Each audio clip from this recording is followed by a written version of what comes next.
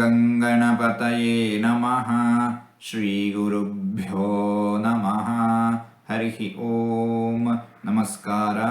ಓಂ ಜಲಶಾಯಿನೇ ನಮಃ.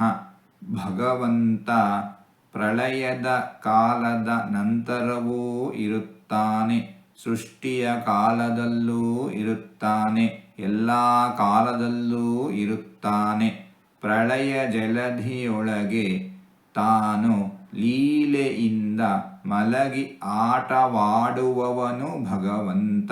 ಇಂತಹ ಭಗವಂತನನ್ನು ಜಲಶಾಯಿನೇ ನಮಃ ಎಂಬುದಾಗಿ ವಿದ್ವಾಂಸರು ವರ್ಣಿಸುತ್ತಾ ಇದ್ದಾರೆ.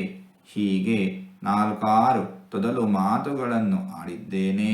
ಇದರಲ್ಲಿ ಏನಾದರೂ ತಪ್ಪುಗಳು ಇದ್ದರೆ ಆ ತಪ್ಪುಗಳನ್ನು ಬಿಟ್ಟು ಒಳ್ಳೆಯದು ಅಂತ ಏನಾದರೂ ಇದ್ದರೆ ಆ ಒಳ್ಳೆಯದನ್ನು ಮಾತ್ರ ಸ್ವೀಕರಿಸಬೇಕು ಅಂತ ಹೇಳಿ ಪ್ರಾರ್ಥನೆ. ಈ ನುಡಿಗಳನ್ನೆಲ್ಲ ಆಡಿಸಿದ ಭಗವಂತನಿಗೆ ಸರ್ವವೂ ಸಮರ್ಪಿತ. ಸರ್ವಂ ಶ್ರೀಕೃಷ್ಣಾರ್ಪಣಮಸ್ತು.